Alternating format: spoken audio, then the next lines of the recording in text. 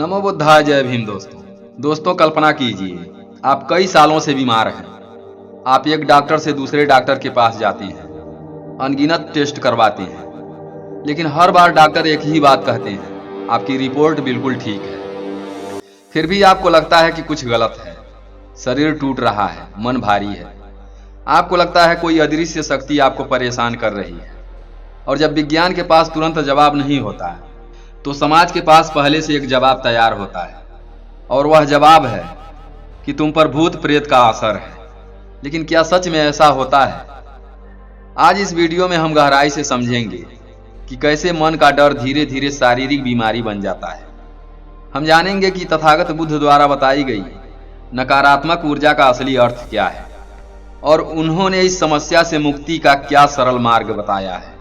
तो दोस्तों आपसे रिक्वेस्ट है कि वीडियो को पूरा जरूर देखें, और चैनल पर नए हैं तो चैनल को सब्सक्राइब करके घंटी के आइकन को दबाकर ऑल सेलेक्ट करें, ताकि अगली वीडियो का नोटिफिकेशन सबसे पहले आप तक पहुंचे। तो चलिए बिना देरी किए वीडियो में आगे बढ़ते हैं। दोस्तों विज्ञान ने पिछले कुछ दशकों में जो सबसे बड़ी खोज की है वह यह है कि हमारा शरीर और हमारा मन दोनों अलग अलग डिब्बे नहीं हैं। ये एक ही सिक्के के दो पहलू हैं। जब आप डरते हैं तो क्या सिर्फ मन डरता है? नहीं, आपके हाथ कांपने लगते हैं, पसीना आने लगता है और पेट में अजीब सी हलचल होती है। यह इस बात का सबूत है कि मन में उठा एक छोटा सा विचार शरीर की अरबों कोशिकाओं को प्रभावित करता है। जब आप सालों तक किसी अनजाने डर, तनाव या चिंता में जीते हैं तो आपका मस्तिष्क लगातार एक अलार्म मोड में रहता है। इस स्थिति में शरीर कोर्टिसोल और एड्रेनालिन जैसे स्ट्रेस हार्मोन्स की बाढ़ ला देता है। ये हार्मोन्स अल्पकाल के लिए तो ठीक हैं, लेकिन सालों तक इनका शरीर में बने रहना अंगों को थका देता है। दोस्तों अब यहाँ आता है सबसे बड़ा पेच। जब आप डॉक्टर के पास जाते हैं तो वह आपके अंगों की जांच करता है, लीवर, किडनी, हार्ट, लेकिन मशीनें यह नहीं देख सकती कि आपके विचार आपके तंत्रिका तंत्र को कैसे निचोड़ रहे हैं। इसे चिकित्सा विज्ञान की भाषा में साइकोसोमैटिक कहा जाता है। साइको यानी मन और सोमा यानी शरीर, यानी बीमारी की जड़ आपके मन के किसी कोने में छिपी है, लेकिन उसके लक्षण आपके शरीर में दर्द, थकान या कमजोरी के रूप में उभरते रहते हैं। इसे एक सरल उदाहरण से समझते हैं। मान लीजिए आपको अंधेरे से डर लगता है। जैसे ही लाइट जाती है आपके शरीर में क्या होता है? गला सूखता है, सांस फूलती है, दिल की धड़कन 100 के पार चली जाती है। अब गौर कीजिए, क्या वहां कोई भूत था? नहीं। क्या किसी ने आपको छुआ? नहीं।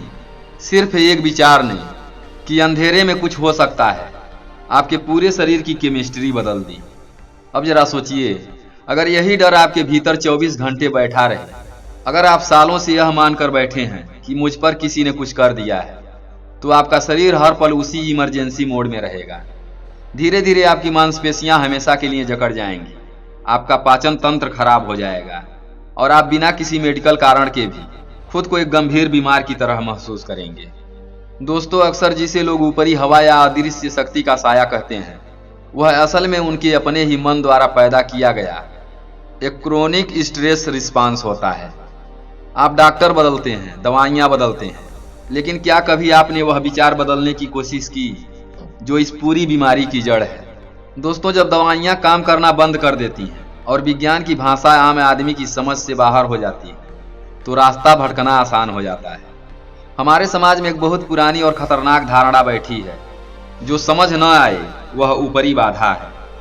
इंसान का स्वभाव है कि वह हर समस्या का एक चेहरा देखना चाहता है। जब डॉक्टर कहता है कि शरीर ठीक है, तो मरीज और उसके परिवार को लगता है कि डॉक्टर को कुछ पता ही नहीं है। यहीं से दुआ और झाड़ फूंक का वह रास्ता शुरू होता है जो इलाज की जगह बर्बादी की ओर ले जाता है, जिसे लोग भूत लगना या हवा का असर कहते हैं। मनोवैज्ञानिक की दुनिया में उसे बहुत ही स्पष्ट बीमारियों के रूप में देखा जाता है। अक्सर जिसे लोग सवारी आना या दूसरे की आवाज़ में बोलना कहते हैं, वह असल में डिसोसिएटिव आइडेंटिटी डिसऑर्डर होता है। इसमें व्यक्ति का मन असहनीय तनाव या पुराने किसी सदमे को झेलने के लिए खुद को कई हिस्सों में बांट लेता है। इसी तरह स्किज़ोफ्रेनिया जैसी बीमारी में व्यक्ति को ऐसी आवाज़ें सुनाई देती हैं जो वहाँ होती ही नहीं, या उसे ऐसे लोग दिखते हैं जो सिर्फ उसके दिमाग की उपज होती है। लेकिन समाज इसे भूत का साया मानकर व्यक्ति को जंजीरों में जकड़ देता है या उसे पीटने लगता है। दोस्तों, हमारा अवचेतन मन एक तिजोरी की तरह है।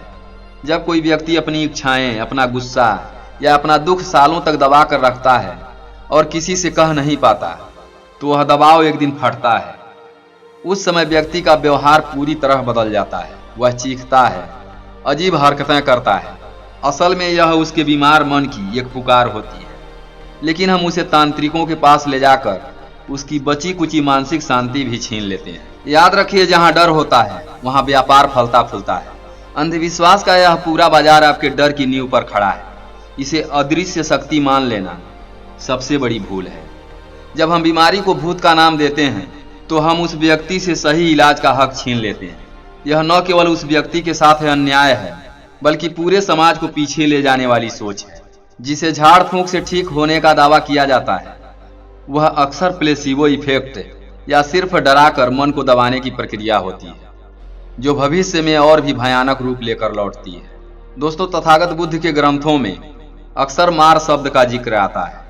बहुत से लोग इसे कोई सींगों वाला राक्षस या कोई डरावना भूत समझ लेते हैं, लेकिन बुद्ध का दर्शन इतना सतही नहीं है। तथागत बुद्ध ने स्पष्ट किया था कि मार कोई बाहरी शक्ति नहीं, बल्कि हमारे अपने ही मन की वह अवस्था है जो हमें शांति और सत्य के मार्ग से भटकाती है। बुद्ध ने कभी नहीं कहा कि कोई बाहरी आत्मा आपको बीमार कर सकती है। उनके अनुसार असली नकारात्मक ऊर्जा हमारे भीतर के अकुशल चित्त से पैदा होती है। तथागत बुद्ध ने नकारात्मक ऊर्जा के 3 मुख्य स्रोत बताए हैं, जिन्हें अकुशल मूल कहा जाता है। यही वे असली भूत हैं जो हमें वर्षों तक बीमार रखते हैं। सबसे पहला, लोभ। वह अंतहीन प्यास जो कभी नहीं बुझती।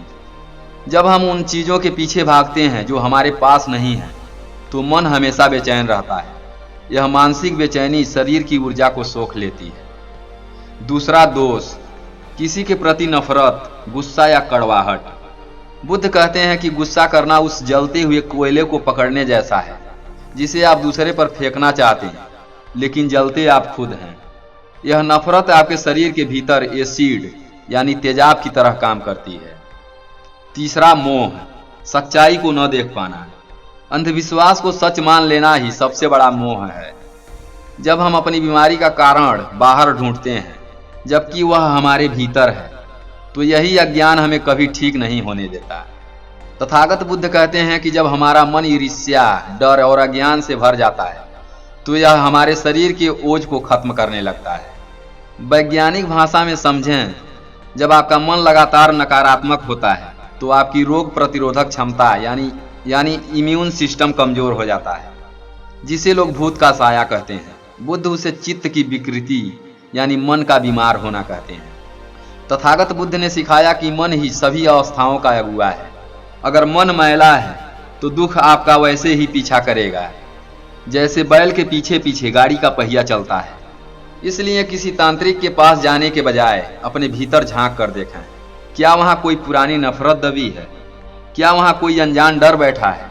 तथागत बुद्ध के अनुसार जिस दिन आप अपने मन के इन विकारों को पहचान लेंगे, उसी दिन वह अदृश्य शक्ति हमेशा के लिए गायब हो जाएगी। क्योंकि अंधेरा तब तक ही रहता है जब तक दीपक नहीं जलता। दोस्तों, तथागत बुद्ध ने हमें सिखाया कि हम जैसा सोचते हैं वैसा ही बन जाते हैं। अगर आप रोज सुबह उठकर यह सोचेंगे कि मैं बीमार हूं या मुझ पर किसी ने कुछ कर दिया है, तो आपका मस्तिष्क आपके शरीर को वैसे ही संकेत भेजेगा। आपकी मांसपेशियां जकड़ जाएंगी, पाचन खराब हो जाएगा और आप सच में बिस्तर पर पड़ जाएंगे। दोस्तों, यह अदृश्य शक्ति बाहर नहीं, आपके भीतर का भय है, और भय का जन्म हमेशा अज्ञान से होता है। दोस्तों, अब सबसे बड़ा सवाल, क्या इस मानसिक कैद से बाहर निकलने का कोई दरवाजा है? तथागत बुद्ध ने 2500 साल पहले एक ऐसा मार्ग दिखाया था जो आज के आधुनिक मनोविज्ञान से भी कहीं ज्यादा गहरा और वैज्ञानिक है। उन्होंने इस समस्या को जड़ से खत्म करने के लिए 3 अनिवार्य कदम बताए हैं। पहला कदम, सती। सती का अर्थ है होश में रहना। बुद्ध कहते हैं कि हम अपने विचारों के गुलाम बन जाते हैं क्योंकि हम उन्हें सच मान लेते हैं। जब आपके मन में विचार आए कि मेरे शरीर में कोई अदृश्य शक्ति है, तो उसे सच मत मानिए, बस एक दर्शक की तरह उस विचार को देखिए और खुद से कहिए, यह केवल एक विचार है, यह सत्य नहीं है। जैसे ही आप अपने विचार को देखना शुरू करते हैं, उनकी शक्ति कम होने लगती है। अपनी आती जाती सांसों पर ध्यान केंद्रित कराएं। जैसे जैसे आप वर्तमान क्षण में लौटेंगे, आपके मन का वह काल्पनिक डर यानी भूत धुएं की तरह उड़ने लगेगा, क्योंकि डर हमेशा भविष्य या अतीत में रहता है। वर्तमान में डर का कोई अस्तित्व नहीं है। दूसरा कदम है विपश्यना। विपश्यना का अर्थ है चीजों को वैसा ही देखना जैसा वे वास्तव में है, न कि वैसा जैसा आप उन्हें मान रहे हैं। अगर मेडिकल रिपोर्ट सामान्य है तो इस सच्चाई को स्वीकार करने का साहस जुटाएं। अपनी दबी हुई भावनाओं को पहचानें। क्या आप सच में बीमार हैं या आप अपने जीवन के तनाव से भागने के लिए बीमारी का सहारा ले रहे हैं? अपनी जीवन शैली को बुद्ध के मध्यम मार्ग पर लाएं। सही भोजन, पर्याप्त नींद और शरीर का व्यायाम, यह सब विपश्यना का हिस्सा है। जब आप अपने शरीर और मन के अंतर संबंध को समझ लेते हैं तो आप बाहरी चमत्कारों की उम्मीद करना छोड़ देते हैं और खुद की शक्ति पर भरोसा करने लगते हैं। तीसरा कदम है मैत्री भाव। अक्सर जो लोग खुद को बीमार समझते हैं, वे खुद से नफरत करने लगते हैं या अपने भाग्य को कोसते हैं। बुद्ध कहते हैं कि मैत्री यानी प्रेम ही सबसे बड़ी औषधि है। अपने शरीर के प्रति करुणा का भाव रखें। उसे कोसें नहीं, बल्कि उसे धन्यवाद दें कि वह आपका साथ दे रहा है। जब आपके भीतर प्रेम, करुणा और मैत्री का संचार होता है तो आपके मस्तिष्क में सकारात्मक हार्मोन्स रिलीज होते हैं। जहां प्रकाश होता है वहां अंधेरा नहीं रह सकता। ठीक उसी तरह जहां मैत्री और करुणा का भाव होता है वहां डर और नकारात्मक ऊर्जा के लिए कोई जगह नहीं बचती। तो दोस्तों याद रखिए, अदृश्य शक्ति कोई भूत नहीं, बल्कि आपके भीतर का अनसुलझा डर है। और उस डर की चाबी किसी तांत्रिक के पास नहीं, बल्कि तथागत बुद्ध के बताए गए इस सजगता के मार्ग में है। अंधविश्वास को छोड़ें, प्रज्ञा यानी बुद्धि को अपनाएं। यदि आप सजग हैं तो इस दुनिया में कोई भी शक्ति आपको विचलित नहीं कर सकती। तो दोस्तों, अगर आपको यह वीडियो मददगार लगा हो तो इसे अपने उन मित्रों और परिजनों के साथ शेयर करें जो मन के इस भ्रम में फंसे हुए हैं। आपके एक शेयर से किसी का जीवन अंधविश्वास से बच सकता है। तो दोस्तों, आशा करता हूं कि यह जानकारी आपको अच्छी लगी होगी। तो वीडियो को लाइक और चैनल को सब्सक्राइब करें।